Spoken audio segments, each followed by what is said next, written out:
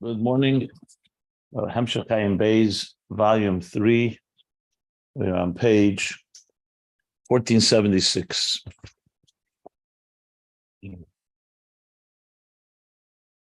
So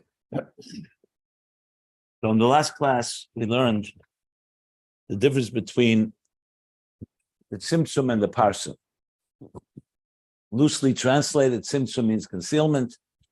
Parsa is like a partition or curtain.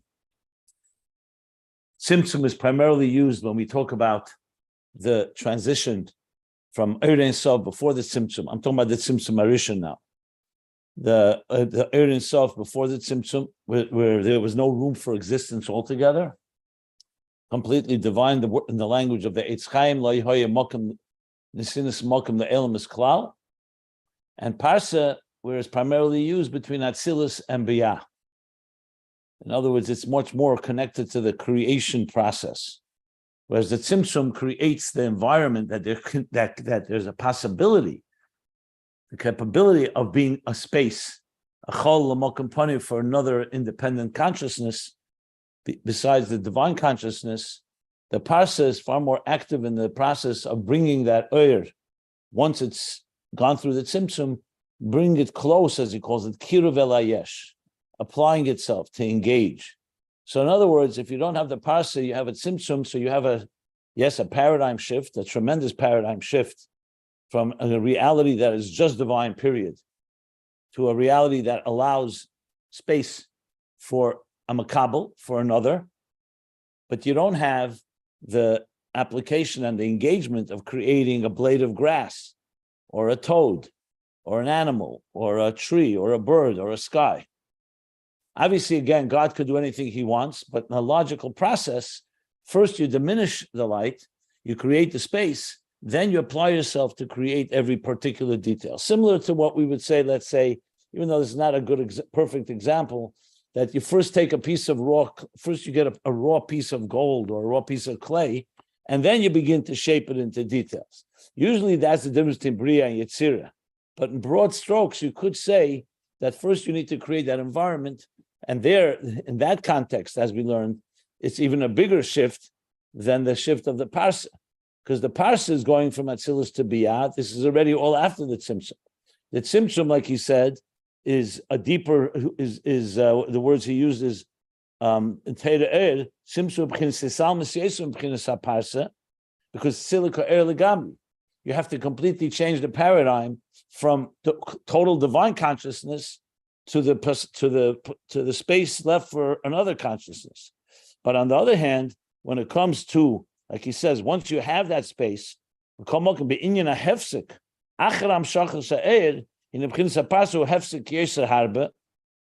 words, after you have the amshachas se'ed, the pas is a deeper, is a greater interruption, so to speak. Even though the tzimtzum is a bigger leap, but at the end of the day, the gili after the tzimtzum still retains its connection, and it's connected to the consciousness before the tzimtzum. Obviously, now there's room for another entity, so it's a tremendous shift, but it still has, purely on the level of firepower, so to speak, the right after the tzimtzum, the kav, is extremely intense. It still has to go through many, many gradations till it will get into, we know it goes through akudim, nukudim, till it gets into Atzilus, and from there, still we'll have another parsa. With the parsa, he says, by the parsa, to read the words, so in the world of, you can say, in the world of divine consciousness, the leap from before the tzimtzum, excuse me, the leap from before the tzimtzum to after the tzimtzum is a much deeper one, because that's complete divine, and now there's room for another entity, another consciousnness. But once you have in the oid itself, the oid of existence, that's the parsa plays is a much stronger, I won't call it stronger. He says it's a deeper hefsek, because now it has to transform the oid itself, the oid alaki. It's a divine energy after the tzimtzum. It's just not only only it's not solely and exclusively divine consciousness, but it's still a divine Oir. The Kav is divine energy, like we said earlier. The Kav, the Tzimtzum is only separating the two. But even before the Tzimtzum, God already had in mind the second track. However, there it was all encompassed in one, wasn't separated. The Tzimtzum is needed to distinguish between them. And like we learned earlier in first volume in Ayin Beis, talked at length about the fact that the Kav is like Giluy Helam, not Yesh Ma'ayin. Because though it is a new reality after the Tzimtzum, but it's still revealing the 10 hidden spheres before the Tzimtzum. God envisioned it all beforehand. However, now you need to start implementing, so the Tzimtzum creates the space for it. The Parsa, on the other hand, is creating a situation where you're going to have a Yesh, and you don't even feel the divine so much. Like he says, so it's a muchus acher. Well, let's put it this way: you don't feel the divine as you feel it in Atzilus. So here it's muhus mamish. What is the lashon? Let's hear here. Havda ena muhus era rishon klal, and that's why the air can become a mokar liyesh. There's no way that the air can be a mokar liyesh on the level after the tzimtzum of the kav. Now remember, everything is relative. So if you ask the question, didn't we learn earlier that the kav compared to before the tzimtzum is like a mokar to the yesh? We did. But that's when you speak in relative to higher levels. If you speak relative to lower levels, the Parsa brings it far more down into the reality where now you have a mokar of a yesh, an accutive to the yesh. That's more or less what he said, what we learned here. Now, I did look in Torah Eir. I think it's wise. I would even suggest learning it inside here, but because I want to really stick to the central theme here, it's worthwhile looking in Torah Eir. I said the Maimon that he quotes here, Pasuk Chaliyahu, and the exact pages, if you want to see it in Torah Eir, it starts on page 14a through 14c. 4 columns in the 2 columns in every page in Torah Eir. So it's 14a, b, c, d. So it's 14a through 14c, where he essentially doesn't say exactly what he says here, but it's very, very consistent. He brings, of course, the statement that the Tzimtzum, he says there clearly, that Tzimtzum is a deeper Atzmus, because it's such a quantum leap from before the Tzimtzum to the Tzimtzum.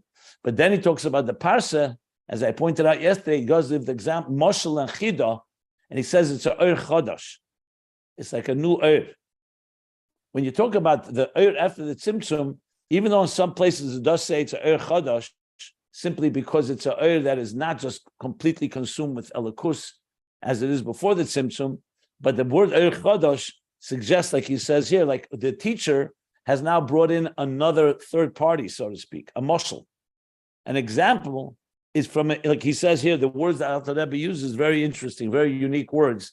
The Rebbe Rashab quotes it earlier in Ayin Beis.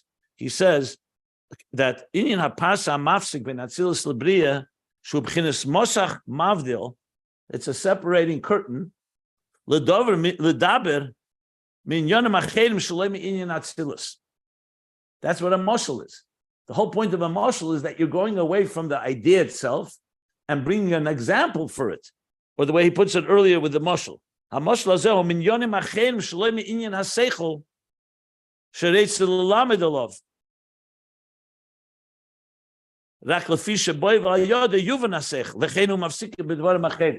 So when you bring an example, whether we talked yesterday about a different example of a teacher and a student, an example that Tzvi brought.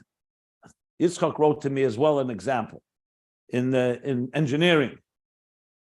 I'm not going to go into detail right now. It's not so important for this particular discussion, even though, as I said yesterday, I'm sure we research will find good examples. But those examples are not from the Inyan itself. We're not talking about the Parsa. We're giving an example from another Inyan that we can relate to. Like we talk about, let's say, a translator. If someone doesn't understand Hebrew, you have to bring another language in. That language is not Hebrew. It's English, let's say. You're translating the Hebrew idea. A moshel, a good moshel, is not completely foreign as if you went off the reservation and went away from the idea. But you're bringing something else. So he says, the same idea, the Parsa is Shalem Inyan Atzilus. In order to create a Yesh, you need some type of energy here that is different. And he goes on to say that it is Shel Tulda, like I said yesterday, something new. Bria Yesh Ma'ayin. And that's what the parsha achieves. So when you think about it, it's actually extremely eloquent and structure of how these transitions happen. So to sum up in general terms, you can say transition number one is from Atzmus, built to Metzias Nimtza, to Metzias Nimtza, to the very concept of Oir. Lifnei Tzimtzum. That Oir encompasses two channels, two tracks you cannot see yet. One, the Oir, the Atzmei, that's just completely divine. The other is the Oir that relates to existence, but it's not yet existence. So it's only within the Mashpia, he has within himself the idea that he's going to convey to the student. The second transition in this context comes at Tzimtzum. The Tzimtzum actually distinguishes to become Nikr, like he says, Nikr v'nivdal ha'er b'fnei atzmei. This is where he's actually employing a concealment that allows the second track to emerge. In the mashal, it's the teacher is now identified what he's going to teach to the student, and that requires a tzimtzum. And in that context, the kav after the tzimtzum, the light that comes after the tzimtzum, is now clearly a light that relates to existence. So the first is built to Metzias Nimtza, to Metzias Nimtza. In Metzias Nimtza itself, the very concept of expression from Oir, that is totally divine consciousness, divine expression, to an Oir that has the capacity to relate to another. And then comes a third transition, the transition of the Parsa between Atzilus and Biyah, where there you're bringing, so to speak, another force God brings into play. Till now, we've been talking about the force of Oir, and the force Tzimtzum is also another, but Tzimtzum is not necessarily a third entity. Tzimtzum is God's power to conceal. Then comes, he brings and creates, so to speak, a curtain, or like a muscle of a different idea that the teacher would bring, in order to be able to actually transmit the idea in the right words and the right language and with the right measure to be able to enter into the Keilim of the Yesh, of the Makabel. That is essentially, if you look at Torah and Ayin Beis, more or less the picture. Now, on the examples, I'll leave for another discussion, not relevant right now. I would move on now to take this back to where we are.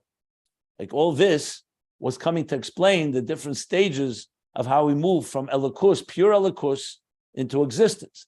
The goal, obviously, here is to create an interface between them. And this is going to build up to, finally, the Avodah that we do through this contemplation of Shema Yisrael and Baruch Shem, Yechudei Lo, Yechudei Tata, which is essentially Bittul B'Metzias and Bittul Yesh. So Bittul Yesh is the Bittul after the Parsa, because after there's a Yesh. The Bittul B'Metzias is the Bittul of Atzilus, which is before the Parsa, but after the Tzimtzum. And that brings us to the Bittul Metzias, to the highest levels. And then there's the third, where Atzmus unites both Yechudei Tata and Yechudei Elah, which is now what we're going to continue to learn in the context of Yichud. This is the process of how the creation process, bringing it downwards. And we've not yet gone to Avodah, what our work is and how to elevate it. I'm alluding to it here. I'm more than alluding. I'm stating it because ultimately it's the mitzvah of Yichud that we need to employ, that we do the mitzvah of Yichud, like the whole idea that began on page 1466.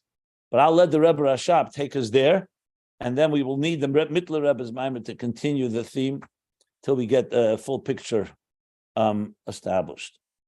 So I will stop if anybody wants to ask any questions about this or comment, and then we'll continue. Is it not the case that there's countless tzimtzumim? There's the first tzimtzum, but there's also a tzimtzum between Atzilus and Biyah, correct? You mean besides the Parsa? Yes. Well, as I said yesterday, there are infinite amount of tzimtzumim and infinite amount of parsais. Not just, he's talking here in broad terms, tzimtzum and parsa, but he also mentioned, if you remember, on page 1474, that there are many parsais, And earlier we've learned there are many tzimtzumim. There's a tzimtzum between Keser and Chochmah. There's a tzimtzum between Ak and Akudim. There's a tzimtzum between Chochmah and Bina, in addition to a parsa. Not discussing here in detail all these. If you really want more detail, you have to go back to volume 2, where he talks about the many parsais, and he also talks about 3 types of tzimtzumim in volume 2 from Tanya. That in general you talk about three levels of tzimtzumim, which is only again in general terms. There are many, many more. Tzimtzum simply means a transition from one state to another. That you need to diminish something in order to bring it down. Like we said yesterday, for example, even the mere fact that we swallow a piece of food has to go through. You has to break it down. So the parsoyas play a very like the filter role. Tzimtzum plays more the diminishment role or the concealment role. Yes, so the answer is yes. In short, there are tzimtzumim between Atzilus and Biyah, between Zohar and Malchus, Okay, thank you. But in broad terms, Chassidus, when you usually use tzimtzum, it's usually tzimtzum arishin at least. As a matter of fact, there's Maimorim that talk about the difference between the tzimtzum arishin, b'derech siluk, and the other tzimtzumim in the shtalshus, b'derech miyut, which is diminished. But in general, like here, the tzimtzum here is between before the tzimtzum and after the tzimtzum arishin, and parsa is usually Atzilus and Biyah, even though there are parsois elsewhere. So that's the broadest terms. In other words, when he's talking between Atzilus and Biyah, his focus is more on the parsa. Let's not forget also one more thing. You reminded me now. Remember, the whole thing began where he said, Yesh lemed, that ikaru aidea parsa. The ikir that divides and separates between the 2 tracks of the Eir Habligvul, or the Eir of Gili La'atzmei, and the Eir that Shaykh La'ilmis, he says, ikir zayedea parsa. Tzimtzum clearly separates between them. But the parsa does so even more because it's bringing it down into like what he says, like that is muhus, that is not muhus from the, it's not from the muhus of the Eir Arishon Klal. So though he doesn't go back to that, but that's where it began, that the parsa has, in a sense, is doing even the primary distinction between the 2. In other words, if you talk about Atzilus before the parsa, or higher than Atzilus, even though there is a distinction between the 2 levels of that we've been discussing, the 2 levels of Ayin, but it's not as obvious. It's already distinct. It's not like before the Tzimtzum where there's no distinction at all. You don't see at all distinction, but it's still in the level of I think he's going to talk about that a bit here now as we continue learning. The Parsa, where it really makes it into a tangible, because the is now entering into the Yesh and going to energize it and create it and sustain it, etc. Okay. Any other questions? So this is not we didn't take a break here. He's using this. He's now going to move this now into our discussion prior, which was the 2 levels of Oyer, which is really before he said Atzilus and Biyah, Yichudi lo Yichudi Tata, Zohar Malchus, Yichudi lo Yichudi Tata, Dasani and Das Tachten, and then Atzmus that joins the 2 where they're both Rotzana Atzmus. So he's going to still continue the theme. We're right middle of it. So let's continue learning the line that begins the middle. It's a little less than a little above the mid half down the page. The line begins v'nimtza. Not the line. I'm sorry. The line begins eina mahus erarishin, but the word begins v'nimtza. So middle of page 1476, and if you want to follow the text, PDF, go to ayinbeis.com. V'nimtza. So what do we learn from all this? What do we derive? What's the takeaway? V'nimtza, shehin beis b'chinas ayin. Now these 2 levels of energy, the energy that relates to existence, and the energy that relates to himself, to God, godliness, are 2 levels of ayin. Vehein beis b'chinas er v'gilu. There are 2 levels of er and gilu, a revelation and expression.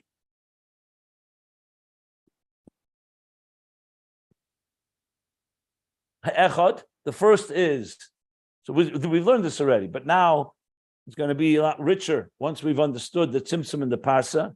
Ech b'chinas rotzana atzmus li'es gilim min ha'etzem. the desire of Atzmus, that there should be an expression from the Etzem. He wants to express himself. The loyalty is b'chinas makal Yesh. And that Ratzon and that Oyer, in that level of Oyer, is not to be a mucker for the Yesh. It's that I'm going to express myself in an unfiltered, undiluted way.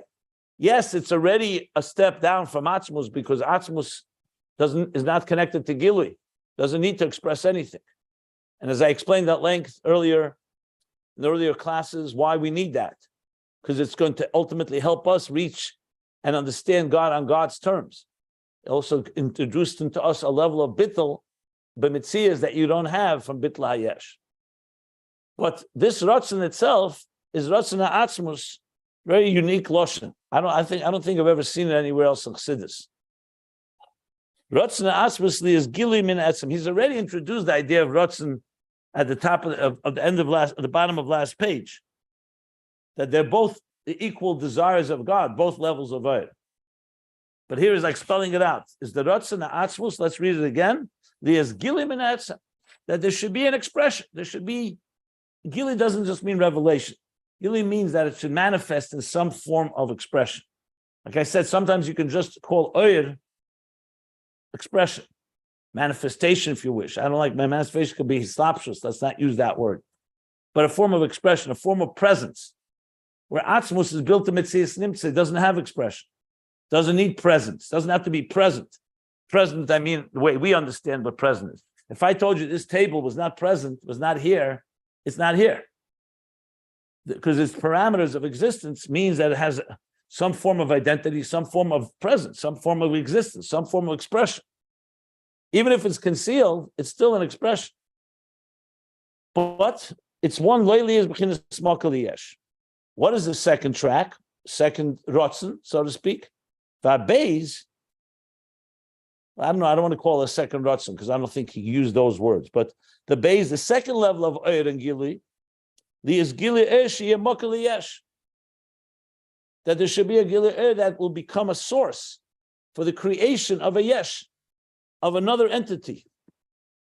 In other words, the teacher, using the teacher example, the way he learns on his own and he never becomes a teacher, he still fully understands and learns, and he has Oyer, the Oyer has Seichel, to learn something, and he can spend all his life on his own learning and never teaching.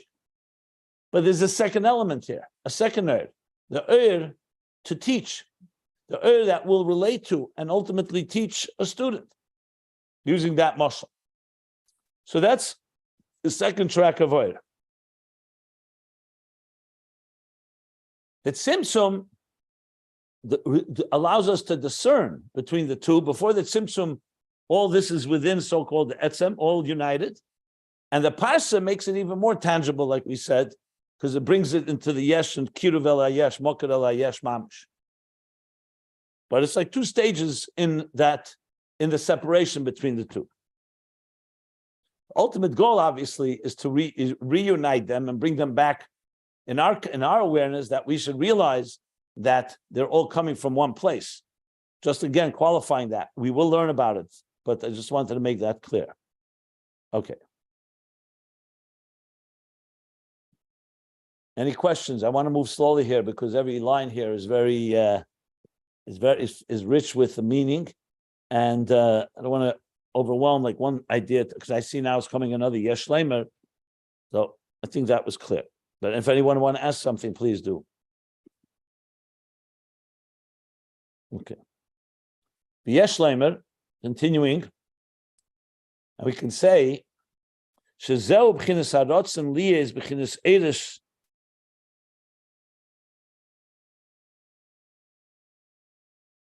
That this is the Ratzon,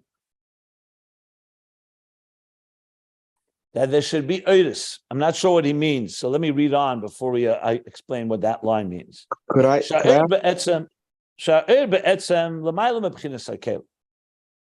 the Eir on its own fundamentally is higher than Keilim.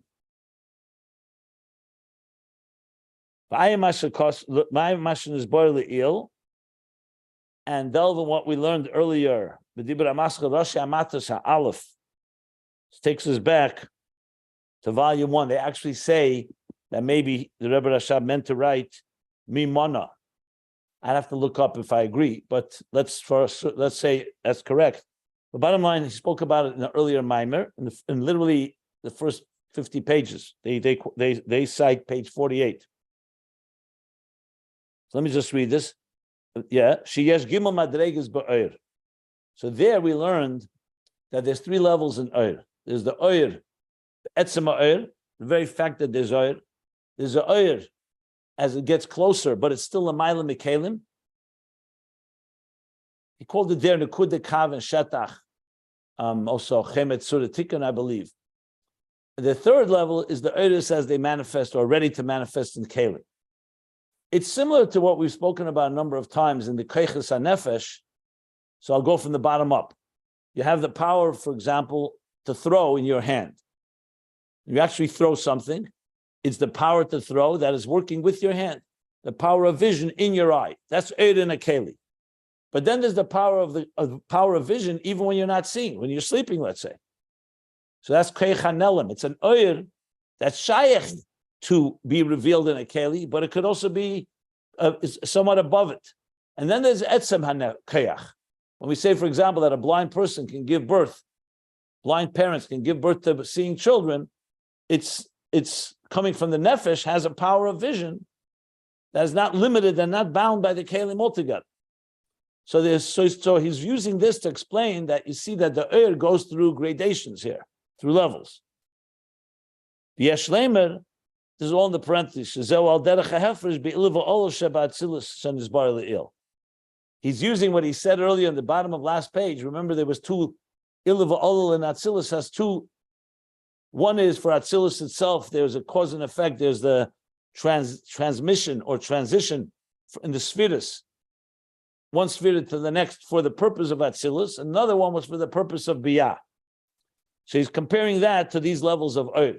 In other words, an that's still for yourself. The teacher, for example, when he's learning on his own, he also needs, there's also a process of understanding something, Chachma, Bina, Das, and so on. And then there's how the teacher uses his spheres, those faculties to explain it to a student. So you see that in the there's levels. That's what he's saying here in the parentheses. But let's go back to the main point, but outside of the parentheses. Let me just finish what he says. So Yeshem Shezebchins HaRotzen. So the two levels of Rotzen he just spoke about. The Rotzen, that there should be Oir, Gilim and Etzem, but not Mokali Yesh. And the Rotzen, that there should be Gili Eir, that's a Mokali Yesh. He's saying, Yesh Lema, that these are two levels of Rotzen. The Rotzen, there should be Oir. But the Oir itself is higher than Keilim. Va'rotzen li is Gili Eir lehavis HaKeilim. And then there's the desire that there should be a Gili that will create Keilim. What's not clear to me exactly is the language here. The understanding of it is very clear. He's basically saying what I just spoke about, these two levels of Oir, two levels of Ayin, Yesh Lemer, that this is the Ratzon for Oir in general, and which is higher than Keilim. And the second is the Oir that is there to create Keilim. What's not clear to me, the exact Lashon Shezehu b'chinas haratzon li is b'chinas eiris. So what does he mean? Does he mean to actually? I think I understand. Oros and Keilim. Can I ask you a question? Say, 1 second. I'm middle of saying something. Let me say, and then tell me if you agree or you disagree. I think what he's trying to say is the very fact that there should be Oir, there should be Eiris, is already a rotzen, because like we spoke, Atzmus doesn't have to give off Oir, it doesn't have to transmit Oir. So the first rotzen, there should be Oir, and Oir does not necessarily compel Keilim. As a matter of fact, he says, Oir be'etzem l'maylam b'chinas ha'Keilim. And then there's the rotzen that the Oir, the Gili, should actually create Keilim. So it's a little, you'll say, so what is he adding? What's the Yesh Lemer? What did he add that we didn't know before? So I think there's a few things he's adding. First of all, he's bringing in the language of Keilim. Till now, he hasn't used the word Keilim. He said two levels of Oir. One relates, like the teacher relates to the student, the teacher as he relates to himself, and the teacher as he relates to the student. Here, Keilim means that it's more than just that. He's actually creating and relating to the Keilim, which will ultimately be like the student. But I think a bigger point that he wants to say here, the Oir is creating the Keilim. In other words, it's not like the Atzmus is creating the Keilim independent of the Oyer. We learned before from Ageres HaKedesh, God creates through Oyer. Oyer is his instrument. So there's an Oyer that he creates, that God chooses, the Ratzon, to just have Oyer. And then there's a Ratzon to have Oyer that will actually shape Keilim, like he says a line afterwards, so in Eitz Chaim, there's an expression, it's brought in Chassidus quite often, that from the thickness, Hisavas comes from the word ivies, like av, thick. From the thickness, meaning from a so-called, the oil itself it can be pure, pristine, very pure, seamless light, but God put into the oil also particles. You don't see them. So we call it the thickness of the oil, from that will come the Keilim. So even though the Keilim do have their own root, that is different than the root of the oil, as we learned earlier, but the way they manifest, B'poil, like the neshama and the guf, the soul and the body have two different sources. The neshama doesn't create the body, but through the neshama, the body is created. In other words, take away the soul in the development of a fetus, the body's not going to grow on its own. So even though after Me'ev Esim, 120 years, you see the body doesn't disappear when the soul leaves, it takes time. But because it has its own thing, but it ultimately will decompose because the energy of the Keli comes from the earth, through the earth, we should say. If you remember the language he used, Shebohem, Val Yodam, from Ageres HaKedesh, in the previous page, Livre Behem Val Yodam Ayin Yesh. There he used it on the Keilim. But the idea is that the Eir that the Eir itself engages with the student or the Makabel, with the Keilim. And that's what he's explaining here is the Yesh Lemer of these two levels. So the first is just to create Eir, but Eir be'etzem l'maylam b'chinas HaKeilim. And then the second Ratzon is Gili Eir l'havis HaKeilim. Okay. Anybody want to comment, add, question, clarity? Anything? I have a question to ask you, Rabbi Jacobson. In the previous volumes, we learned that the relationship of Or and Keli were like a blending, meaning that as you coming down levels, it was a lot Or and basically almost no Keli, and as if you coming down, there was less Or and more Keli. It was like a blending. But now it seems to suggest that they have a different root altogether, and the Or is the one that's creating Keli. I don't understand the difference between the two. When the teacher wants to teach a student, long before there's a student in place, in his own mind, he's making a shift from learning for himself and then learning for the student, for the ability to communicate to the potential student. Remember, we learned that example. So the Oyer within him, in the teacher, is already creating space and defining what he's going to be saying to a student. Then there's another thing, the actual process of transmission. That's all within himself. So the Oyer, ultimately, there's an Oyer that's relating to Keilim. The actual process, when he's sitting with the student, the Oyer will have to go through many diminishments. Let's say you want to teach a child, 5-year-old, Ayin Beis. So the Oyer is going to get more and more diminished as you need to explain it to the student. So they're both critical. It's a process. The process of Oyer being diminished and allowing the Keli is the actual process of transmission. But it all begins somewhere, and it begins with the idea that God wanted to have Keilim, or in the case a teacher wants to teach a student. Understood? Yes, thank you. My question is the two different types of Or and that's expressing two different types aspects of Ratzon. I'm wondering if this is related to like the mashal of when we say a bracha, and you've given this many times. Say the first part is a more general Ratzon, Baruch atah Hashem Elokeinu melech haolam, and then like the second part of the bracha is, and that's sovev, if you will, and the second part is more pnimi, because it's specific to some tangible item, like al netilas lulav or lahaniach tefillin.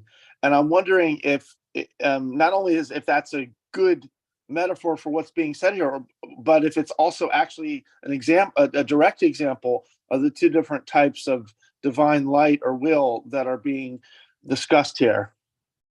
In general terms, yes, you could use it to help explain it.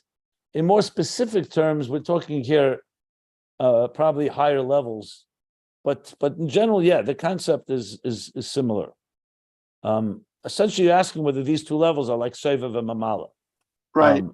So, if you talk earlier, he said that B'derech Klal Eirei Sef HaSeviv is rooted the air before the Tzimtzum, and Eirei Sef Mamala, the Chitzenius, is the second level is Mamala. The beginning of the paragraph, middle of page 1475. So he actually said that more or less that. But I think he's also speaking in ways, in terms here.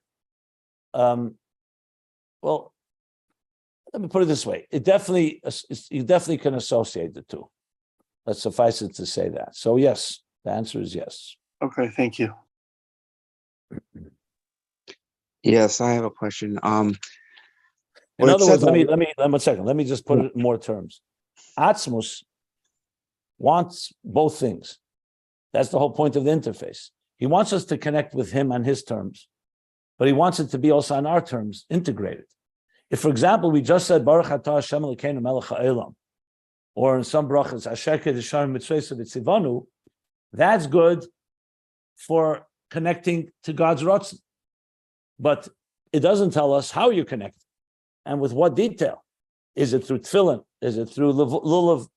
Is it a sukkah? Is it a matzah? Is it a talis? In other words, it's not entering into terms of tachtenim. Now, just to add a little words to explain a bit more. And the Ratzon Hashem is the second also, to go into Keilim. That's also part of the kavanah of Ur. In Atzmus, they are both one. For us, there are clearly two aspects. One is the kavanah klolis, sevev, Ratzon. The other is, if you want chokhmah, bina, the details, which we'll learn about as well. Etc. Just to add a little more to. Yeah, that's really, really helpful. Yeah, we obviously, he said it 1,000 times better than I could, but thanks for confirming where my head is. Okay. Go ahead, Eliezer. Sorry. Yes. No. By the way, there's Sovev and Male, and then there's the Keilim is from the Rishima, which is neither of those. Isn't that correct? The Keilim himself.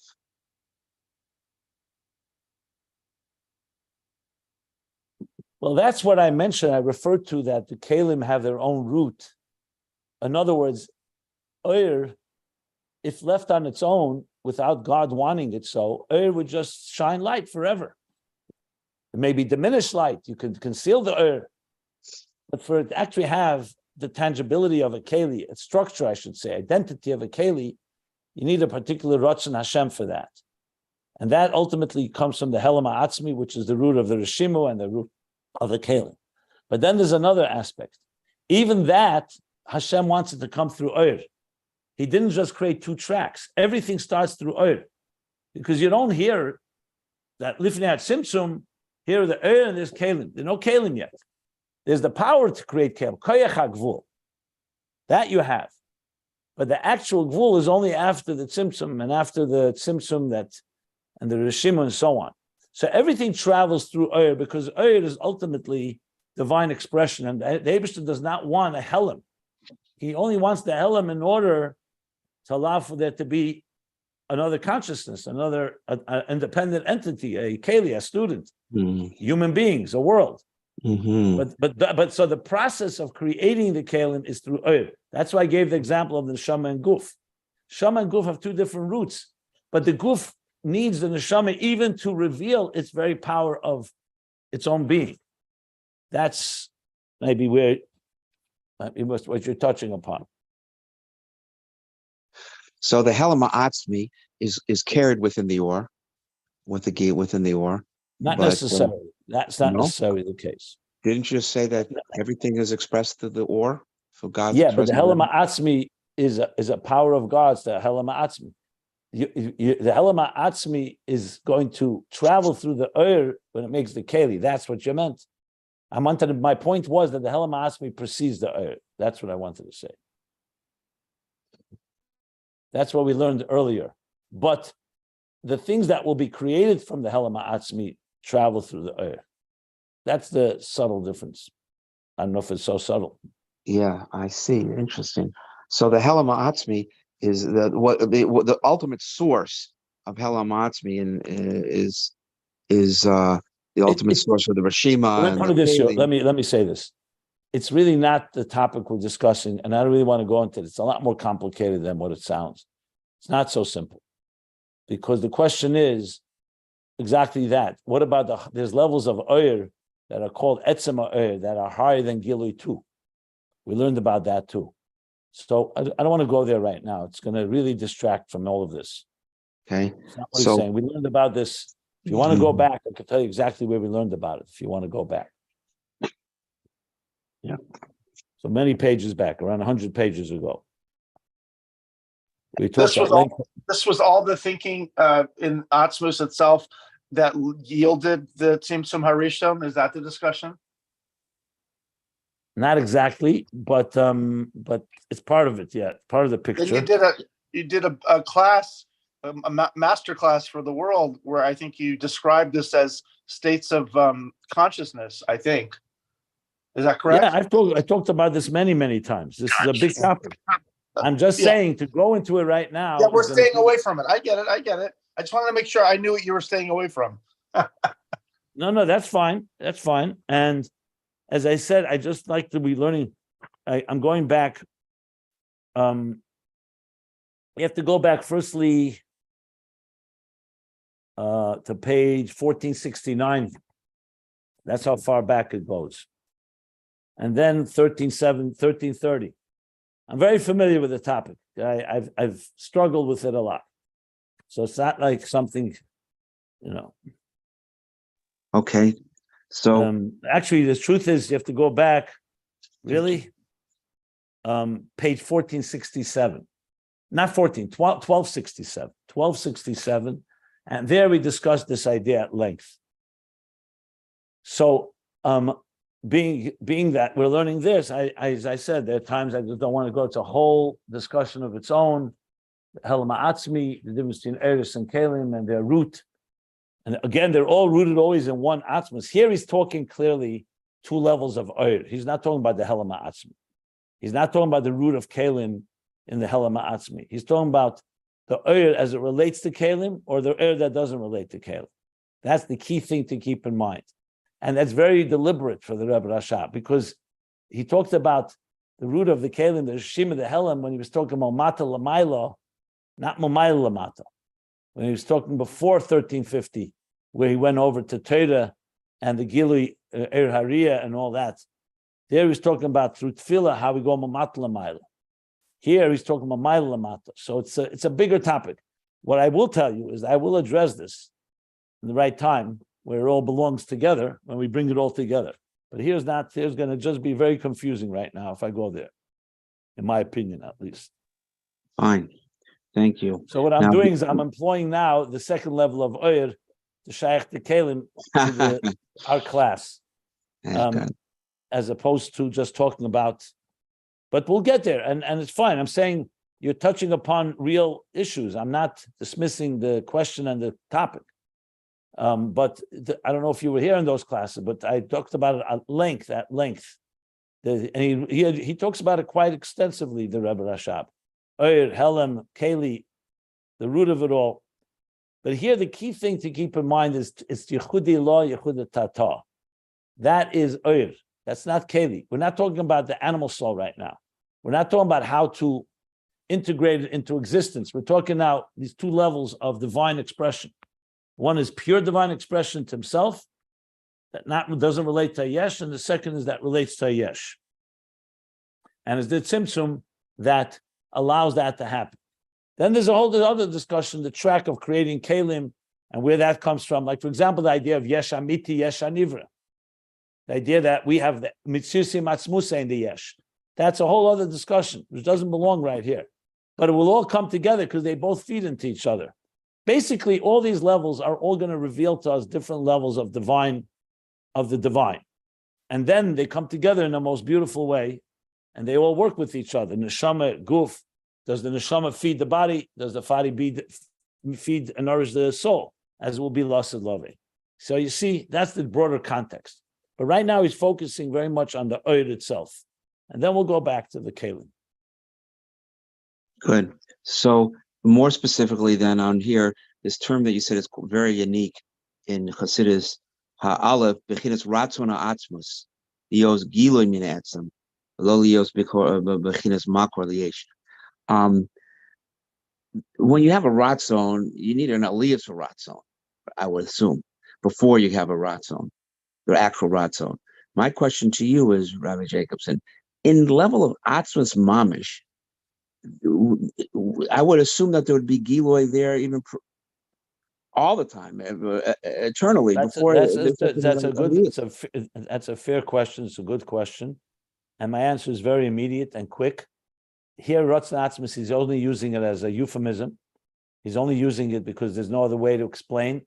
He wants to show that, but he's not talking about the Ratzon that we talk about in Chassidus. Earlier we learned there's Aleisa Ratzon, Keilim Aleisa Ratzon. Because as soon as there's a Ratzon, there's already a form of Hamshach.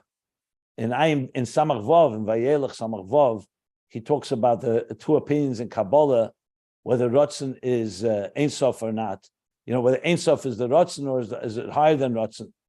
Ratzon is already a structure. That is correct. Here he's using Ratzon far more as just a way of expressing that it's God's plan, if you wish.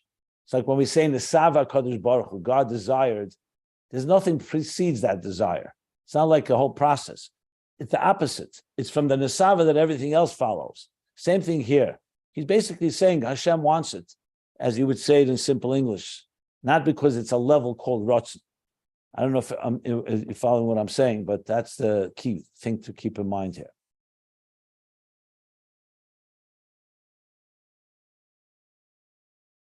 So, yeah, because Ratzon is a limited state, ultimately. It is a defined state. And if there's no Geir and Gili, there's definitely no Ratzon. So what does he mean? So you have to say he means it only as a form of expression because we have no other way to call it. What are you going to say? You have to say God wants it. So it's not really wanting like what we want. We're created entities. Are you following what I'm saying? Yeah. So okay, go ahead. That means that the Ratzon here is not Ratzon, but this is like it's kolul without even expressing itself. It's kolul in the Atzmus.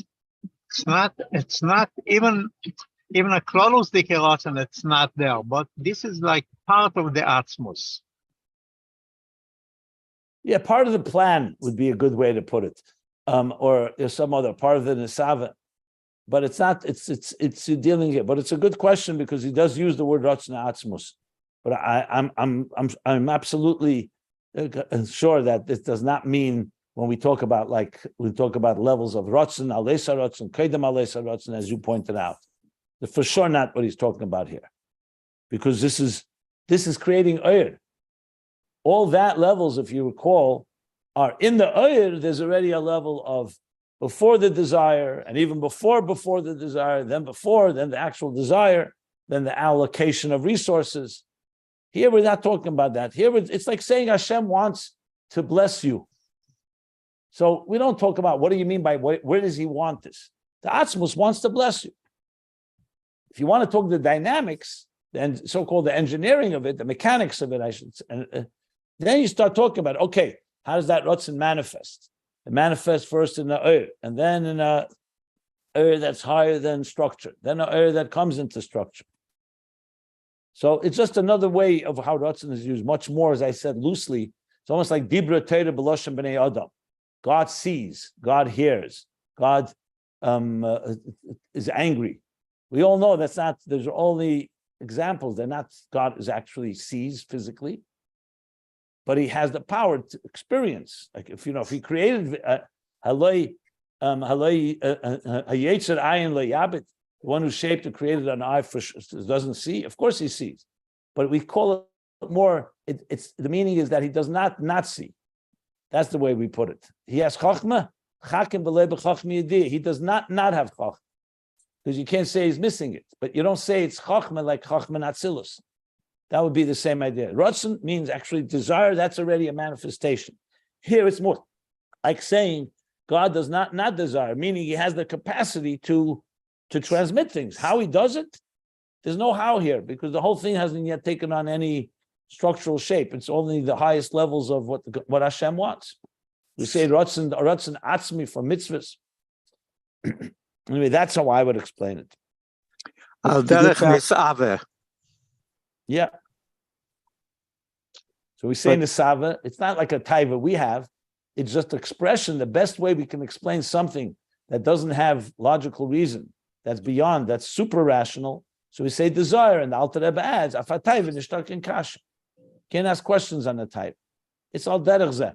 I don't want to say this is the level of Nisava. I don't even know if you can call it a level. But one of the exciting things that we've been trying to learn, I think, is that how we have the ultimate yichud with Ani Hashem Lo Shanisi, which you forgot is the second half, that you have to go through lower levels of yichud till you get to that place. When you go through those levels, I assure you, Eliezer, that you will have this understanding of this idea. You're coming. Let's put it this way: you're not ready yet to understand what Ratzon Atzmus is, as I'm not. Because we barely have bitla yesh. right. Remember, you can't see God and you can't see God and live. Let's not forget that. Why? You want to understand how Atzmus has Ratzon? I don't think we'll ever understand it, because it's not. It's prior to understanding. It's not about understanding. It's not a seichel thing. It's a saying Atzmus. Kol Yachal can do whatever he wants. That's not a faculty. God does not have faculties. This is all beyond faculties. You're talking with the language of human beings. If we want something, it means there's a faculty called Ratzon, and so on. You're talking about levels here that are beyond faculties. So you can't talk about Ratzon as a faculty. You can only talk about Ratzon simply our language to try to understand what God intended, so to speak. Like when we say the Tzemach Tzedek writes in Derech Mitzvosecha, he writes that the Alter Rebbe used for these levels the word Yechelis. Yechelis. Because Alter Rebbe wanted to in some way give us language. Yechelis means capacity. It doesn't use the word Ratzon. So even when he used Ratzon Atzmus, I would say it's probably more Yechelis than Ratzon. But Ratzon he's using because in language, if you're teaching students, God wants something. That's all. I think you have to stay away from trying to categorize this will. It's not a category. You can't categorize. You can't place it anywhere. One of the most exciting things that I've been experiencing with this year recently, especially, is that we're trying to get to that ultimate paradox of how do we have a relationship with unchangeable God, and with our temporal lives that are totally changeable. And I thought we were getting, the Rebbe was, most of these levels I never going to experience. You think by just reading Ayin Beis with your seichel, it makes you that you're there? It's just describing, it's exciting because you're seeing, it's like a child looking into a candy shop. So you're not in there yet until you do the Avodah. You can't get into these levels without Avodah. How many times have I mentioned that? That's right. So it's exciting to hear that it's possible. It's exciting to understand it with our seichel. But you want to, you want to have your cake and eat it too. You have to. There's a lot of avodah necessary. And I want to have my cake and eat it too, and not gain any weight at the same time. Lo shanisi. Okay. There you go. No shortcuts. No pain, no gain, Rabbi Eliezer. No. Let me put it this way: if you struggle and you exert yourself. Look, what I just said actually about Ratzon Atzmus, maybe you think I was being very superficial. I think you'll come to see, if you think about it, what I was saying was something quite profound. I'm not here to toot my horn, but I didn't say what I said lightly. I said it after years of thinking about it. It came through a lot of understanding that Atzmus doesn't work on our terms. What you're asking is, on what terms does he work? You're going to have to do a lot of work to understand that. If it's even possible, although it's not impossible. It's not impossible, but you're going to have to learn how to suspend your own understanding of terms.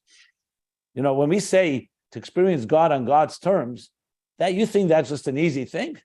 That means you have to, we can't even give up our regular nefesh habamis and the simple taivas we have, let alone giving up our very personalities.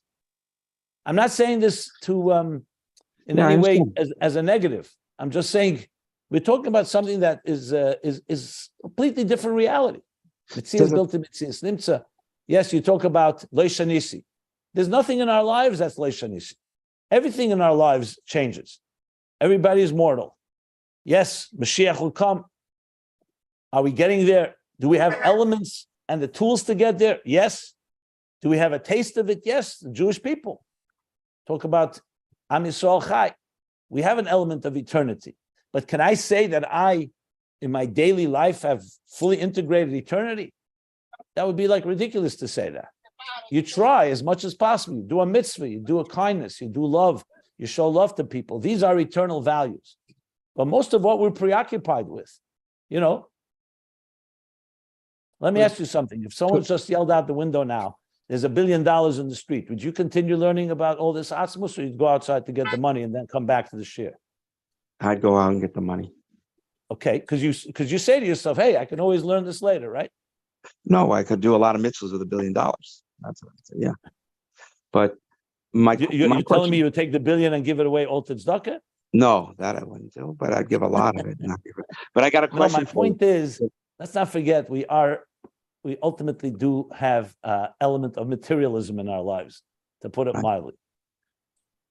So my question to you is that at Tzadi Gamor Al Pitanya, which I know there's extremely few, and even in our whole history, but could you say that they reach this level of yichud with Ani Hashem Lo Shanisi? Experience. I'm living in any minute.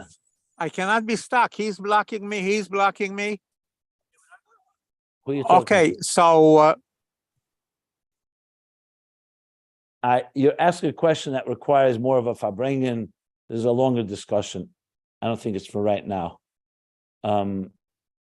Whether a tzaddik, whether a rebbe, and what level of leishanisi. Look, Gimel Tammuz is a shinui, one way or another, right?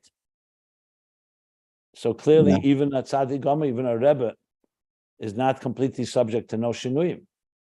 So this doesn't mean that we are not in the process of integrating the two.